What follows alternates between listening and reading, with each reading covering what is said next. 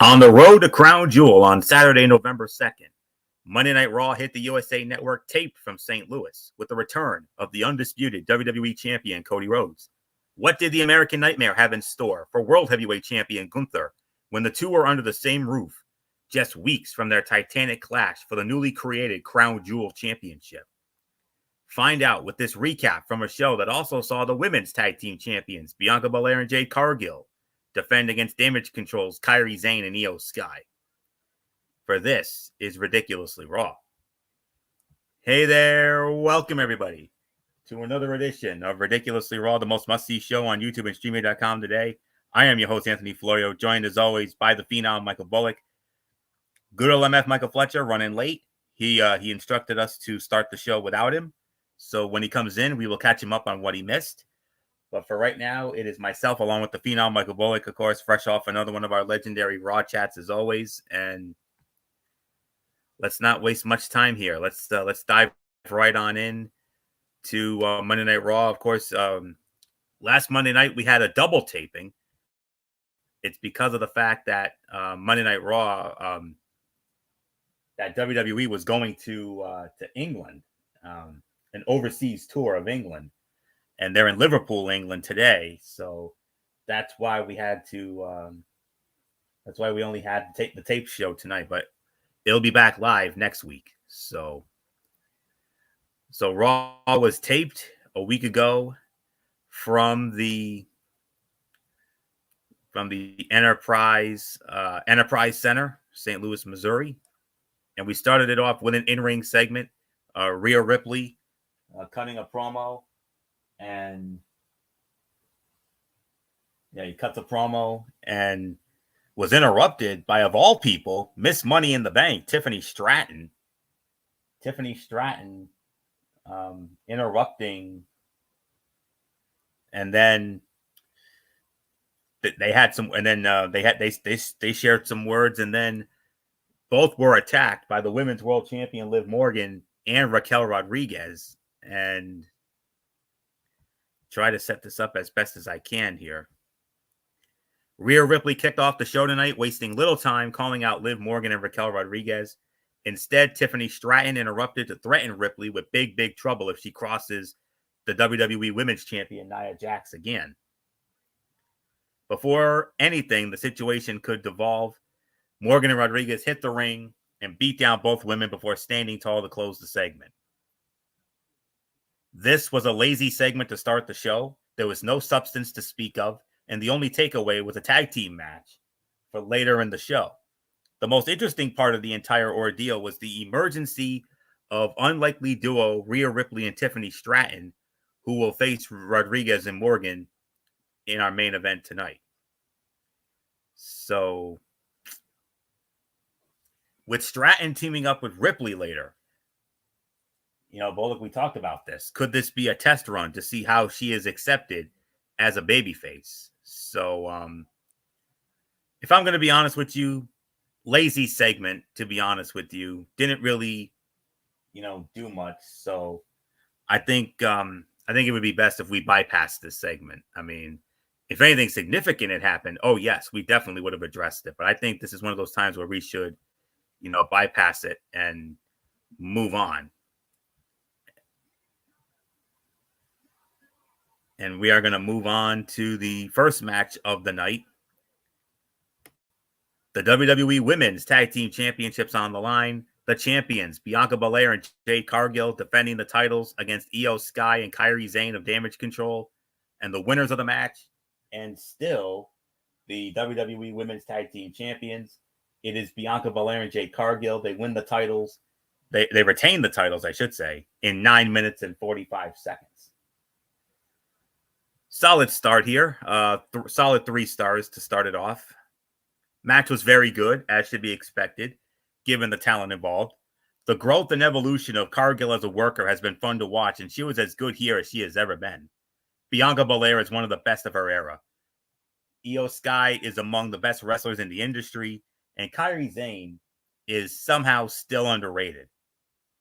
The finish protected Damage Control's credibility and gave them an out. Now they have a reasonable argument for a rematch while the champions turn their attention to Jakara Jackson and Lash Legend. And the more television exposure for Jackson and Legend, the better.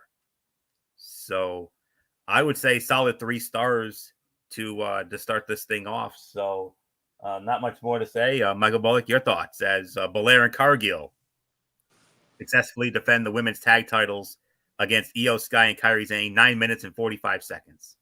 Well, first off, some breaking news, and I know you're going to love this, Florio. The New York Yankees have taken Game 1 of the American League Championship Series 5-2 over the Cleveland Guardians. Yes, sir. Take a 1-0 lead, and with Game 2 set for tomorrow night, can the New York Yankees go up 2-0 before the series shifts to Cleveland, or can Cleveland even up the series?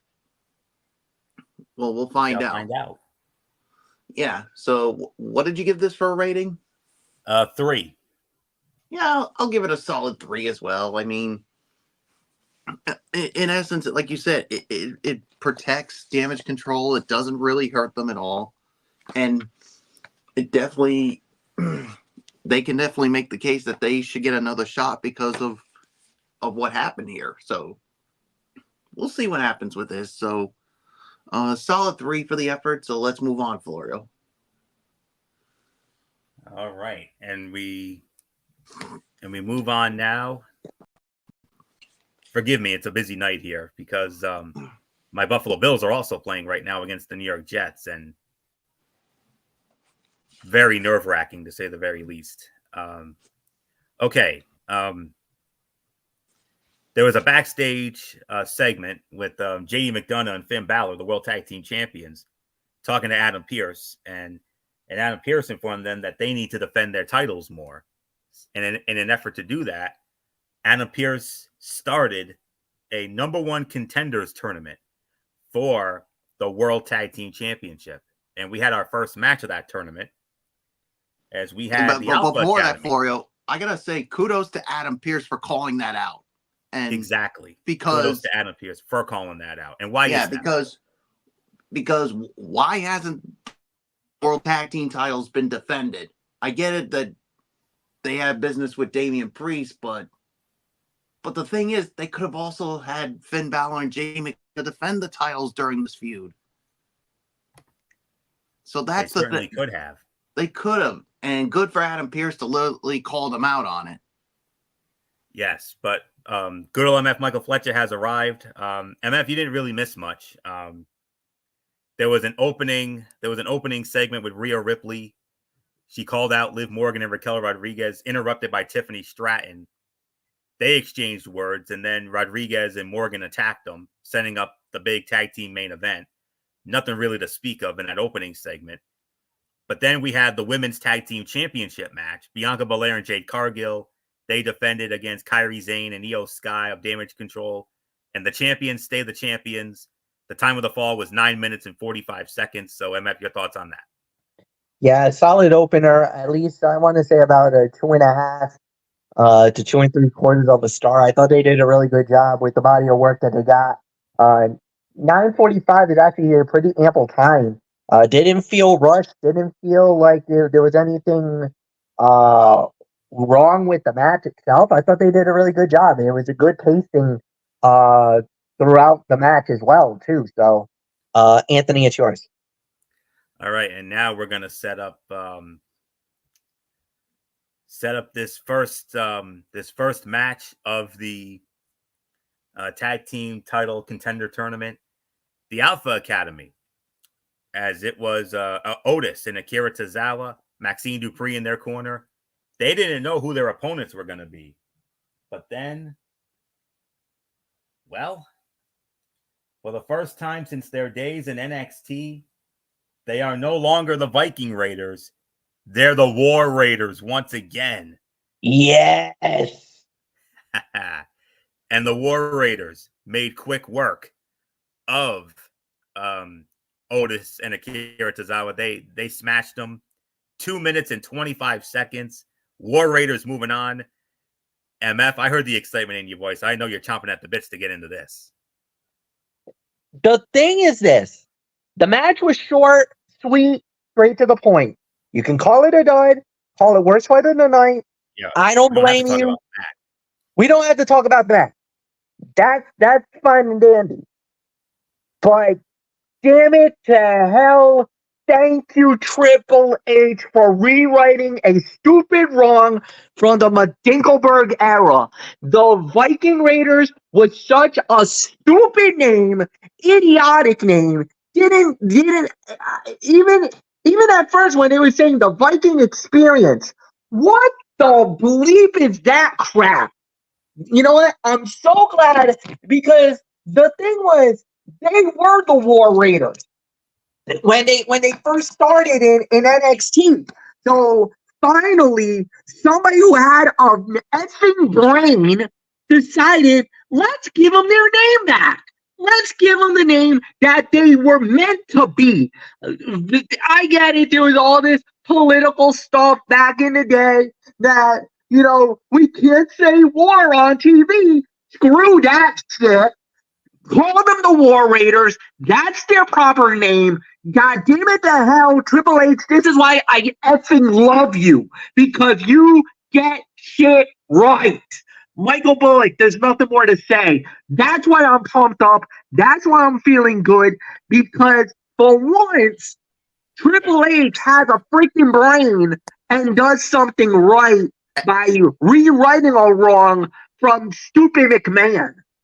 And they were the War Raiders under when Triple H was running NXT.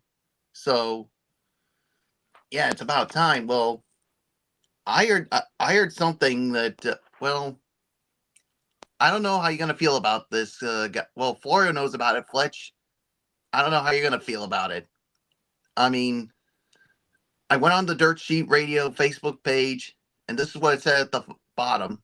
Unfortunately, the damage done to them as characters will take a much longer time to repair, as this crowd did not have any love for them. Thoughts You know on what? that? And that's the thing, because, and I get it, because they've been hurt.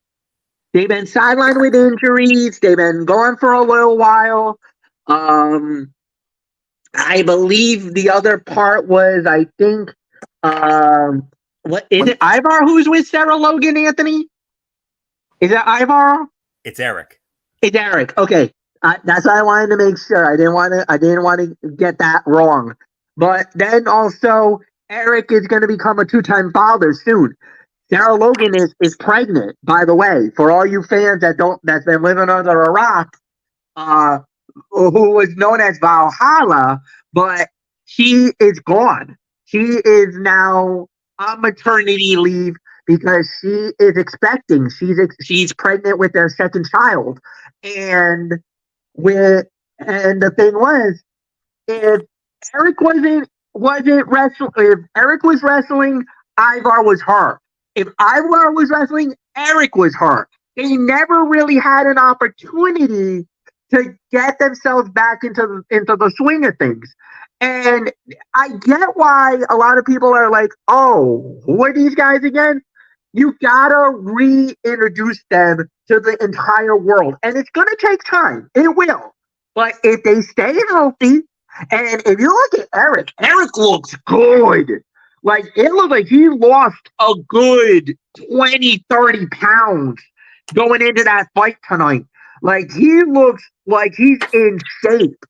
So, if they can slowly but surely, as long as they stay healthy, start to work that magic again, I think they'll be just fine. The fans will remember how good they were. If you give us the War Raiders from NXT days, it's gonna be fine. There's gonna be no problemas, Michael Bullock. Yes, I get where you're coming from, and yes, I'm just telling you what I read. no, and that's what I'm trying to answer that question. Like I said, give it the time, it'll be fine. As long as they stay healthy, it'll work out. And that's what I'm preaching to those fans who are showing no love to them. Give them time. Give it time.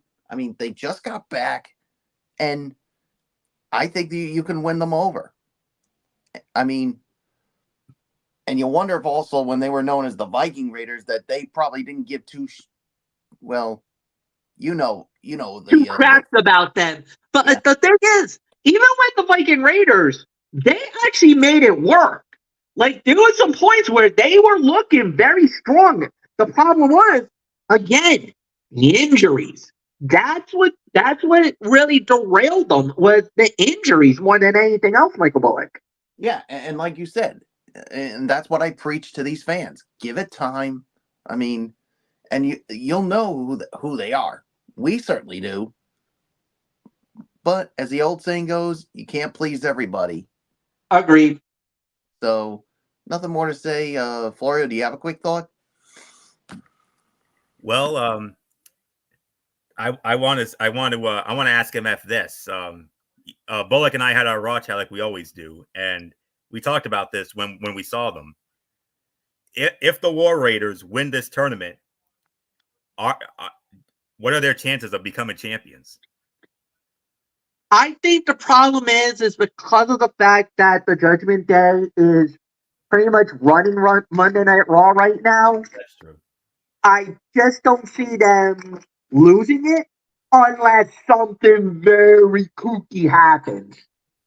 Judgment Day shenanigans, probably. No, not Judgment Day shenanigans. No. I mean, yes, the War Raiders would be a threat, but Balor and McDonough will use all the Judgment Day shenanigans to make sure that the titles stay where they are. Yeah, but what I meant was the way for the War Raiders to win the tag team titles is that somebody basically brings shenanigans onto the Judgment Day to screw them over for the titles. That's what I meant.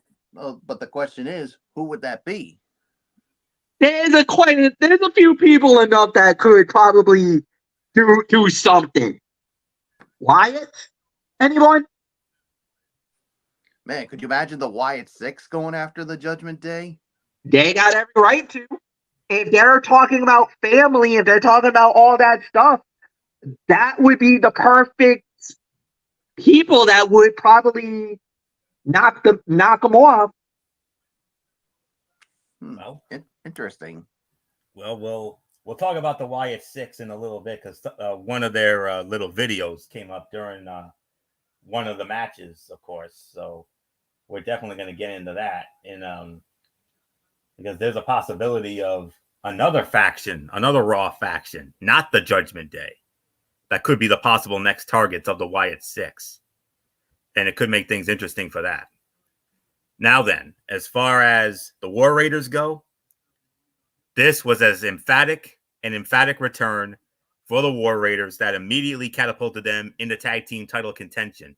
It remains to be seen if they take the titles from the Judgment Day, but this was a great reminder that they can. So this was basically a 1-star effort. You could call it a dud, or you could call it a DS for delicious squash. Wow. But anyways, we're definitely going to get into this here.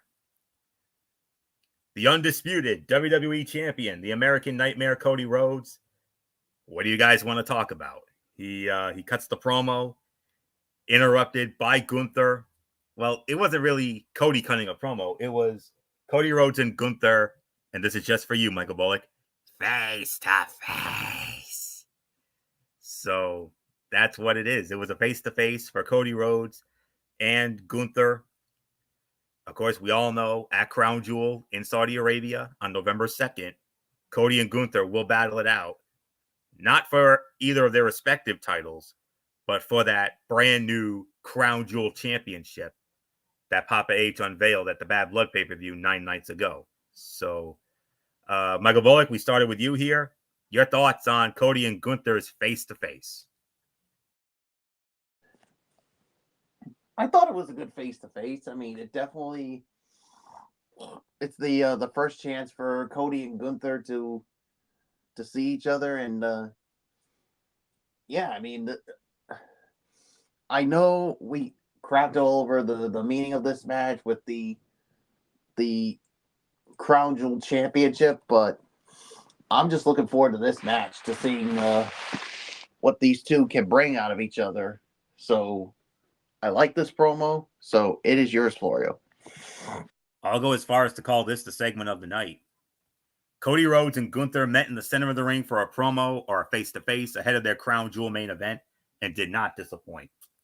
Pleasantries were exchanged, including Gunther admitting his respect for the WWE champion before the Ring General did what he tends to do by turning it into an insult. Things got testy, with Cody reminding Gunther that he defeated the most dominant champion of the last decade at WrestleMania 40, of course, Roman Reigns, proof that he is more than the secondary champion the heel claimed he was. Gunther avoided a handshake, wished himself luck, and walked out to close out the segment. There was some great promo work from Rhodes, a master of putting over the significance of big-time matchups. Gunther continued his strong run on the mic, not backing down in the face of the company's top star. This was exactly what it needed to be and emphasized the significance of a match otherwise would have felt like a retreat of the old inter-promotional booking that used to surround the Survivor Series pay-per-view. Rhodes thanked the fans in St. Louis for being the originators of the "We Want Cody" chant. Of course, we all remember that after that whole thing with The Rock, of course. And Gunther said to Cody, "There's not many in this company that I respect, but I have respect for you." And Gunther said, "Everyone's friend is no one's real friend." And Cody warned Gunther, "You think you are swimming in the deep waters, but your feet are still touching the bottom of the pool. You have never been in the ring one-on-one with me." And Cody also said, "I have already defeated a frightening beast." With the referring, of course, to Brock Lesnar when he beat Brock Lesnar, not just at the Backlash event in Puerto Rico last year, but also, more importantly, SummerSlam. And that incredible match, far and away the best match of that series, as we all know, last summer. So, very good promo, to say the very least. Segment of the night, no doubt about it. MF, I know, this whole Crown Jewel Championship thing. I know it's not for everybody, but damn it to hell, man, we're getting Cody Rhodes versus Gunther. Come on. I think that's why. If it was just a straight one-on-one where that stupid title was not on the line, people are going to be pumped. People are going to be excited. I think that's why I think a lot of people are kind of a little miffed about the whole thing, because they're hearing about the match, they're hearing about the whole thing, and they're like, wait, why are we getting this fight or anything that we think about? At the end of the day, it's a great matchup. It's a great body of work match. It's just, you just gotta kind of feel like I'm not gonna say that they let one get away, but it just feels like, there's not that much excitement for it. And I think it's just a little bit of it's somewhat disappointing. Let's say that. But no, this is going to be fine for what it's worth. And yeah, Michael Bullock, I give it to you. I actually started on it, but I'll say one more thing.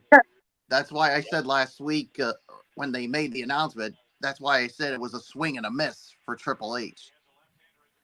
I mean, if you did it just, like you said, with just Cody Rhodes and Gunther, then people would be excited. But when they announced that it was for the Crown Jewel Championship, it literally just, it's almost like it sucked the air out of it. Yeah. And that's why there's not much excitement for it when there really should be. Exactly. And yes, none of us are fans of that championship. None of us are. I'll even admit it. I'm not either. But it's like it's a Vince McMahon move. Exactly. This has McDinkleberg written all over it. But yeah, because we know of his relationship with the Saudis. Crown Jewel Championship or no Crown Jewel Championship, I'm still looking forward to seeing these two throw down. This fight's gonna be worthy of the main event. This is a main event worthy match, and to know that this fight is gonna be every year from now on, where we're gonna have the WWE champion versus the World Heavyweight champion, that should salivate anyone around the world. So yes, you can call it in a way. This is like Raw versus SmackDown And I got my workhorse champion, my leader, the Frontline guy that soldier. I would love to go into the rabbit hole with, the WWE champion, the American Nightmare, Cody Rhodes. And I know Anthony Florio's excited because of his guy going in with the Ring General, the World Heavyweight Champion, Gunther. So trust me, there's gonna be some mudslinging between me and Florio before that fight goes down in Saudi Arabia. Maybe we should start it next week because of the fact that Monday Night Raw is in one of your favorites, MF, the Philadelphia. We'll see. So yes. But as I was trying to say beforehand, this is the match that we've all been wanting to see ever since these two men were the final two men of the 2023 Men's Royal Rumble match when Gunther was number 1 and Cody was number 30. So we got to wait and see how this goes down. But I, for one, am very much looking forward to this match. So, all right. Next up, Bron Breakker. He squared off against Kofi Kingston. Bron Breakker wins the match, 8 minutes and 25 seconds. And yeah, 2.5, 2 3/4 of a star for me. A week after he was on the receiving end of a spear, Kofi Kingston squared off with Bron Breakker in one-on-one action. Breakker dominated, and not even as Kofi fought his way back into the match did it feel like he was a threat to Breakker, and ultimately he was not. The former IC champ exploded off the ropes with a spear and scored the win. And then after the match, Xavier Woods attempted to make the save, but Bron Breakker threatened to overwhelm him too. That brought out the Intercontinental Heavyweight Champion, Jey Uso, to make the save, clearing the ring of Breakker before standing tall. Their business unfinished. And well, there's nothing else left to say. It's a 2.5 to 2 3/4 star match. And MF, Bron Breakker, he has invoked the rematch clause. Next Monday night on Raw in the Philadelphia, the rematch, Jey Uso, Bron Breakker, Intercontinental Heavyweight Championship. Fun match. That's gonna be, God, the Yeet Dance in the Philadelphia is gonna be sick. You know, that, like I said, there's certain cities that I get pumped up for when they do the Yeet Dance. Chicago, Prob, you absolutely brought it. And now Philly, get ready. Philadelphia, it's gonna be nuts. I can't wait. It's gonna be insane. Yeah, there's really nothing more to say. And Anthony, Michael Bullock, it is a 2.5 star match, and it's yours. Yeah, 2.5, 2 3/4. I mean, obviously you needed to give Bron Breakker the win here to give him some momentum to a potential Intercontinental Championship rematch, and of course now we know we're gonna get that match next week. So we'll see what happens. So it's yours, Florio. Okay, and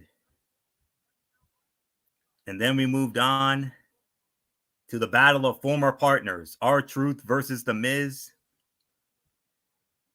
And R-Truth won the match in an even minute.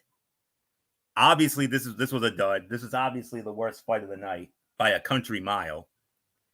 The War Raiders squash was far more entertaining than this, but there was a caveat. Something did come out of this, guys.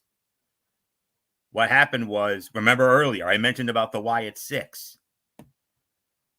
R-Truth didn't beat Miz on his own. He got a distraction from the Final Testament.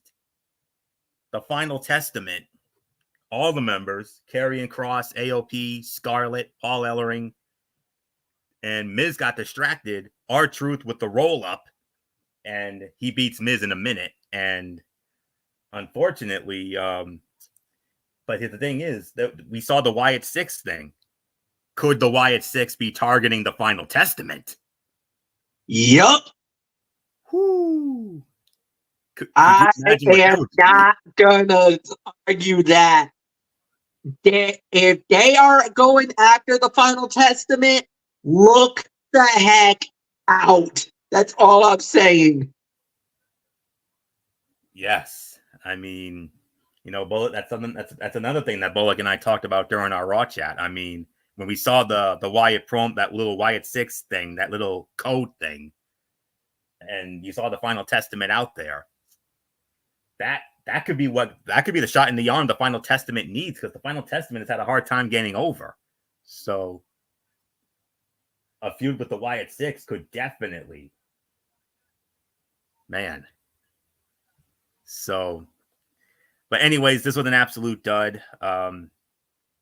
The stuff with Cross is finally starting to connect, so it is nice to see it continue here.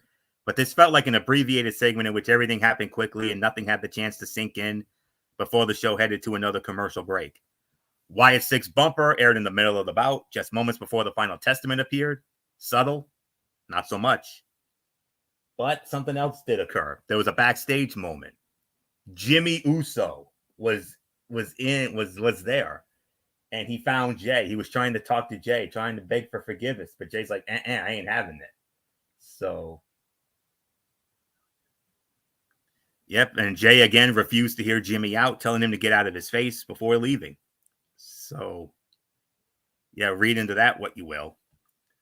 And then from there, well, before we get into our main event, let's set the table for next Monday night in the Philadelphia. You already know about the big main event, the rematch for the Intercontinental Heavyweight Championship. Main event, Jey Uso defending against Braun Breaker. And we also have 2 more matches in the World Tag Team Championship Contenders Tournament. Interesting matchups here. On one end, we got the New Day, Kofi Kingston and Xavier Woods, and they're going to be squaring off against Akam and Razor, AOP. Oof. We're going to have to look into that one there, guys. And then the other one, this is going to be a fun match right here. How about Rey Mysterio and Dragon Lee teaming up against the Creed brothers? Ooh, that's going to be something good. That could be good. Yeah, that could be interesting. So you got those 2 tag team tournament matches, as well as the Intercontinental rematch. That all goes down in the Philadelphia next week. Main event for this week, Rhea Ripley and Miss Money in the Bank, Tiffany Stratton, squaring off against the Women's World Champion Liv Morgan and Raquel Rodriguez. The fight ends in a no contest, 8 minutes and 40 seconds, because of the interference of the WWE Women's Champion Nia Jax. Raquel Rodriguez and Rhea Ripley were fighting outside the ring. Rhea was going for a riptide on Raquel, and then Nia Jax interrupts, and there was a brief moment. Nia told Tiffany, "Get the briefcase, cash it in. Liv, I took care of Liv."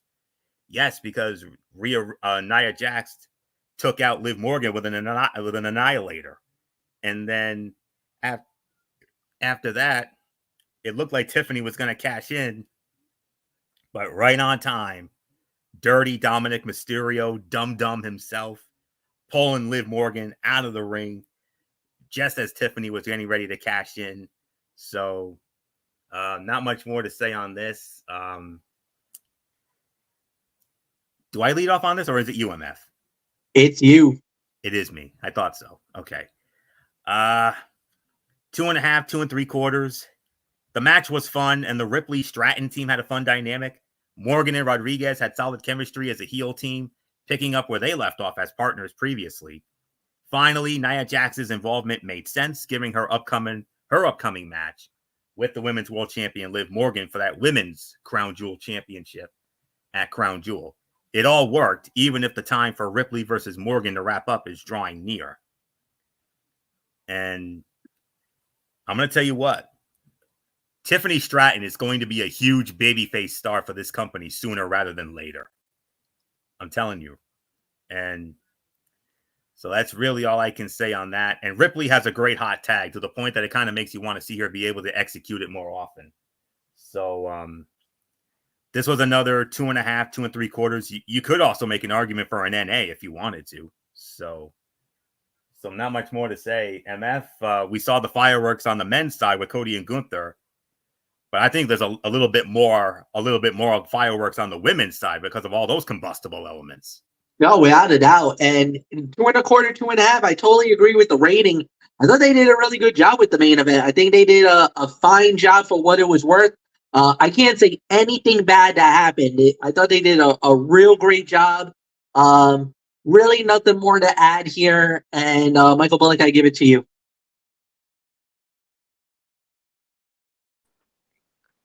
Yeah, 2.5 stars. I mean, for this main event, I mean, yes, the ending did take away from it, but it makes sense with especially with the whole thing with all the elements from both sides. So yeah, there's really nothing more to add on to it. So, overall thoughts time.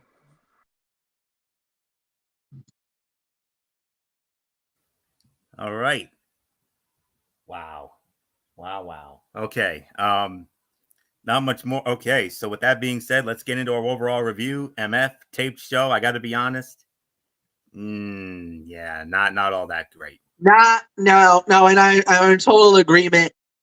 I think WWE may have made a mistake. I think the USA Network is doing a major disservice for them because of the fact that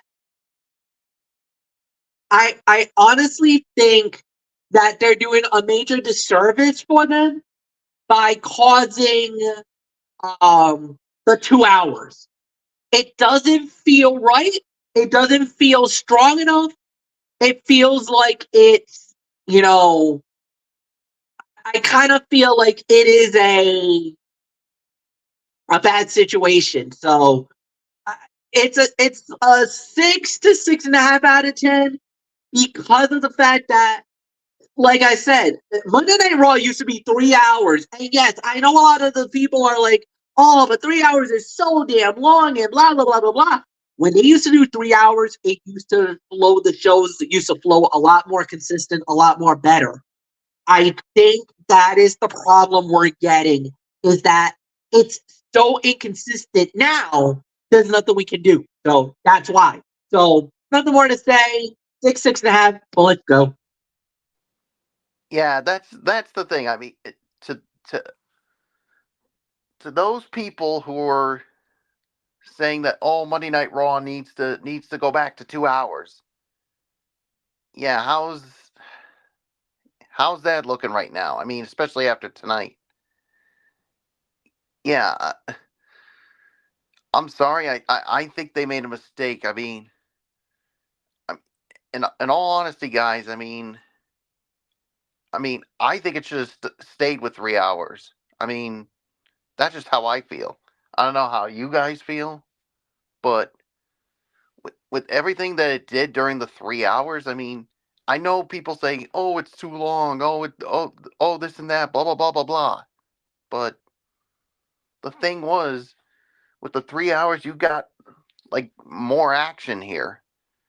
With it being 2 hours, I mean, it only leaves you so little time to get what you need, especially when it comes to storyline progression. And plus, with Monday Night Raw has such a bloated roster, there's not enough guys that can be featured on a 2-hour show. Where on SmackDown, it's a lot different. SmackDown doesn't have that deep of a roster, but they can at least maneuver around with all the stuff because they can do all the stuff. So yeah, SmackDown can get away with the 2-hour format. Yeah, Monday Night Raw. cannot. I'm sorry to say it. It should have stayed 3 hours.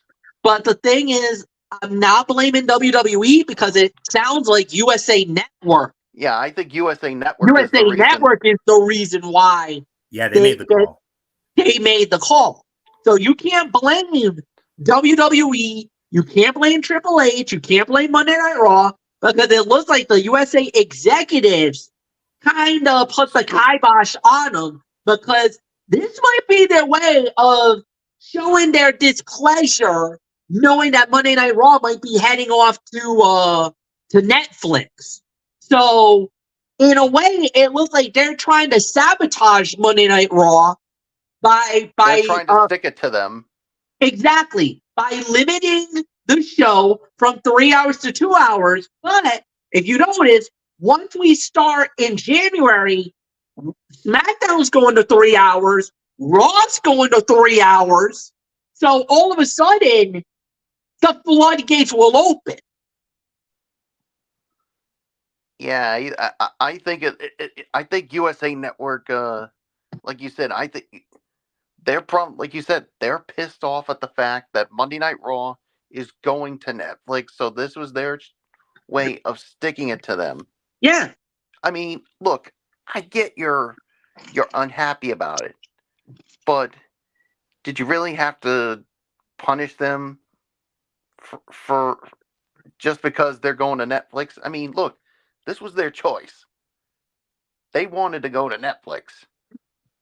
It's all, you know what it is, Michael Bullock? It's all about business, man. When you lose that advertising money, when you lose the money that it's all about advertising. That is money that you can rely on, that you can have.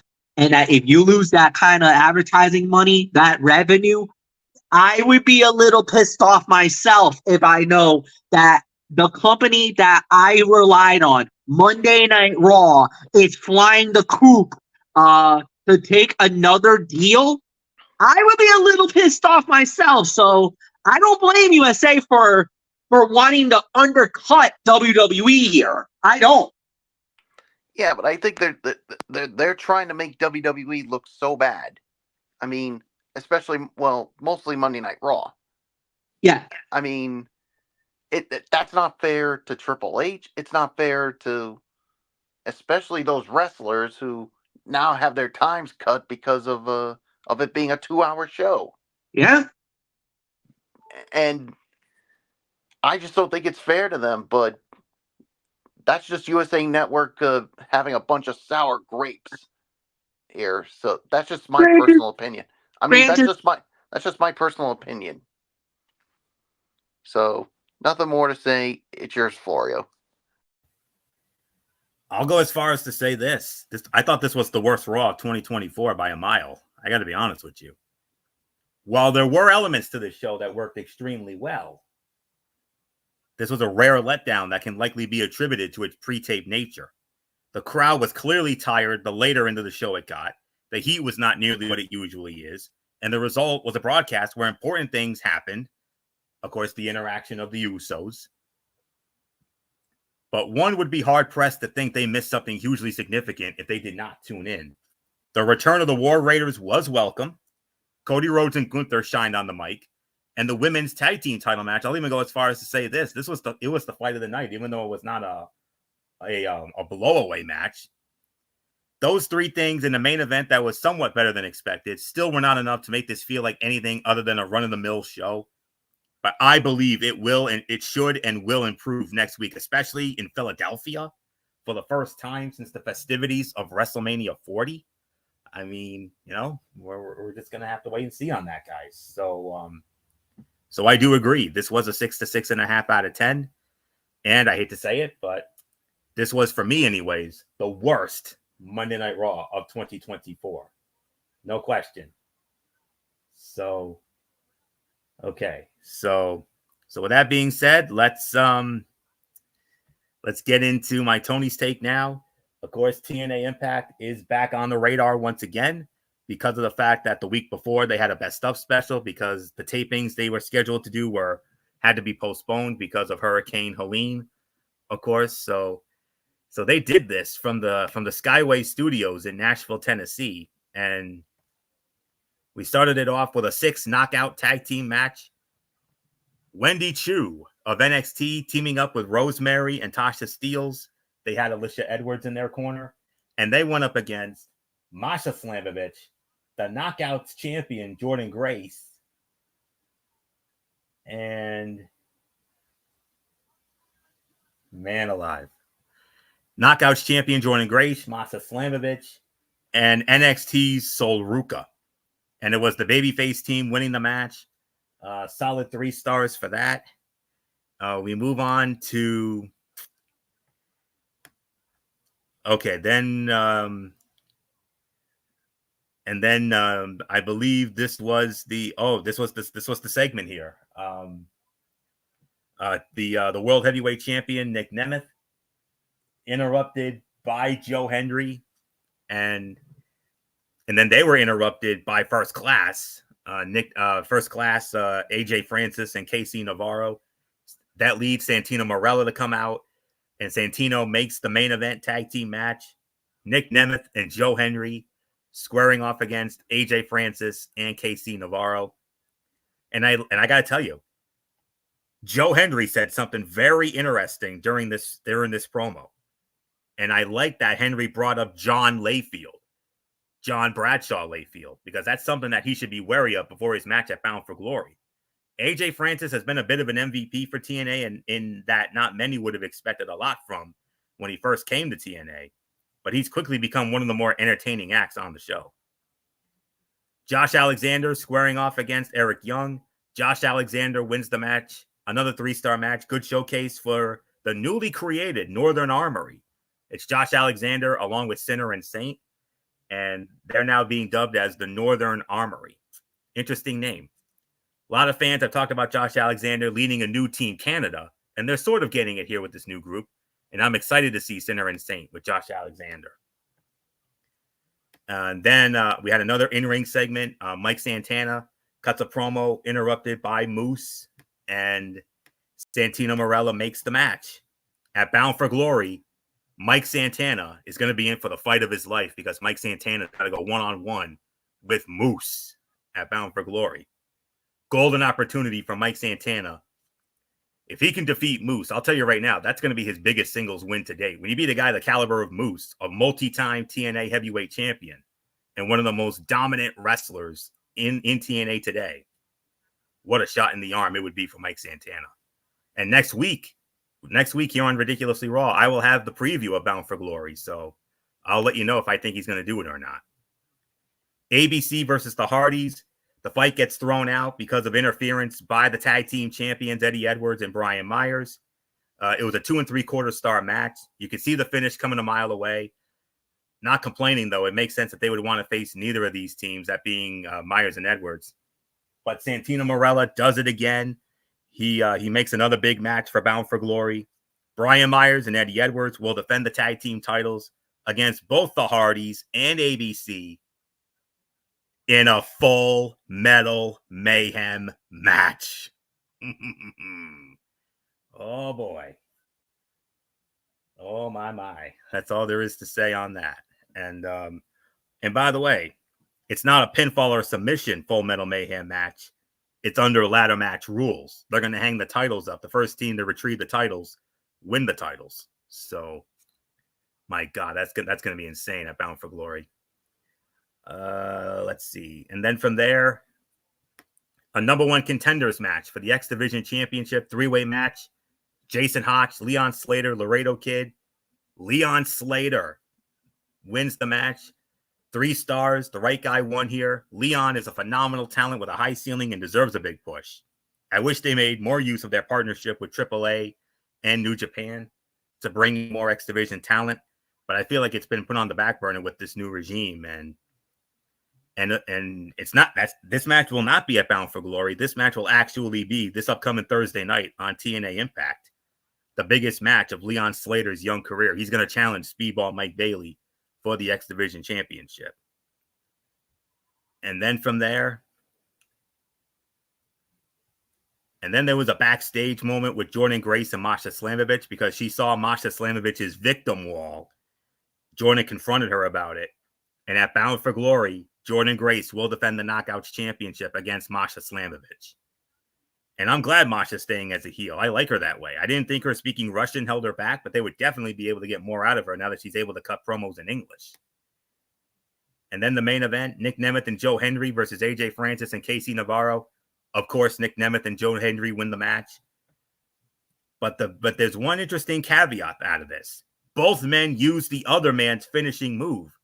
Nick Nemeth, or should I say Joe Hendry, he used Nick Nemeth's Danger Zone, aka Zigzag, and Nick Nemeth used Joe Henry's Standing Ovation. 3-star match. Interesting that they both use each other's finishers. I thought they would have teased some more tension between Henry and Nemeth, but I think we might be getting there. 7 out of 10, solid show that's building up to the biggest show of the year. We're starting to see the card for Bound for Glory beginning to take shape already.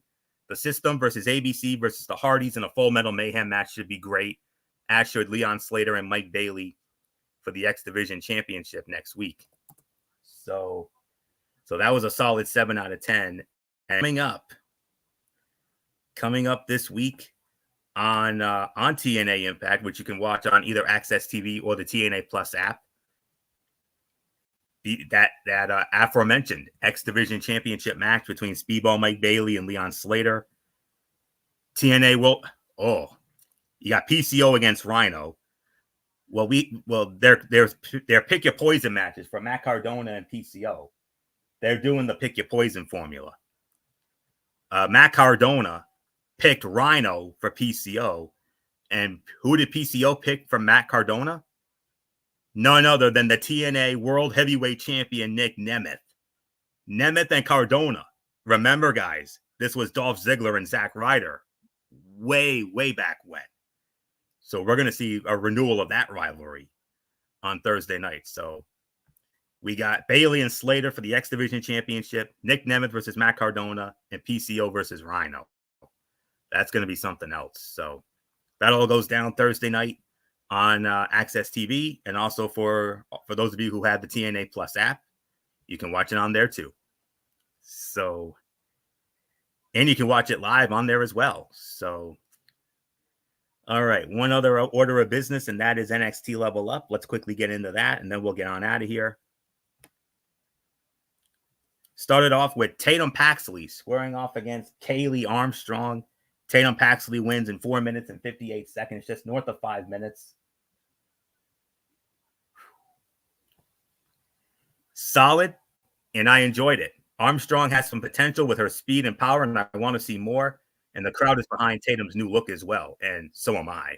2.25 stars. Gallus, the Gallus Boys versus Cutler James and Shiloh Hill. And it was... I apologize. It's freezing on me. Okay. Gallus, the Gallus Boys in 6 minutes and 21 seconds. Solid tag match. They used the age-old formula. Nothing spectacular, but just solid work. Solid 2 stars. 6 out of 10. 2 solid matches make it a perfectly acceptable wrestling show. Easy watch as always. And I appreciate the 2-match format. And I hope they tape some episodes while they have the show on the road, as it can make for a different change of pace with the crowd. So 6 out of 10. And that will put the bow on this edition of Ridiculously Raw. We want to thank you all so very much for tuning in as always. We'll be back with you again on Wednesday night over on the MEF's channel, BraceFan 95, for another edition of Wednesday Night Madness. We got NXT, and we have AEW Dynamite, which features the fallout from AEW Wrestle Dream. I expect there to be a lot of fallout, if you know what I mean. And then Thursday night, we have the Week 8 edition of TXN Sports World College Football Thursday, with a huge SEC doubleheader. We got 3 big games on this week. Michigan against Illinois, but the SEC takes center stage with not 1 but 2 main event caliber matchups: Alabama versus Tennessee and Georgia versus Texas. And that's all going down on Thursday night. And then Friday, and I forgot to mention, we'll be previewing Thursday Night Football on Wednesday's show, the Denver Broncos and the New Orleans Saints. And then on Friday, NFL Friday, we'll recap Broncos Saints, and then we'll get into the rest of the games for week number 7. And then Saturday, of course, Cerebral Smack Talk with MF, Friday Night SmackDown, and in the Mikey's Mindset, I'm sure he'll have Collision and or MLW. So that's it. So until Wednesday night for Wednesday Night Madness over on MF's channel, BraceFan 95, this is Anthony Florio here for good old MF Michael Fletcher, for the Phenom Michael Bullock. And in spirit, of course, always and forever, our First Lady, the one and only Twisted Angel Dee Dee Woodson. You know the routine, everybody. Thumbs up. Talk to you later. Yeah. Throw it up Fortune Forest style. Bye for now, my friends. God bless. Be good to each other. Have a blessed couple of days. And until Wednesday night for Wednesday Night Madness, you've been watching Ridiculously Raw right here on the Tone 25 on YouTube and StreamYard.com. And remember, my friends, no matter what anyone tells you beyond anything else, wrestling is indeed actually real. For everybody who has been a part of this one, for now, Anthony Florio, so long, and bye, bye, bye, bye.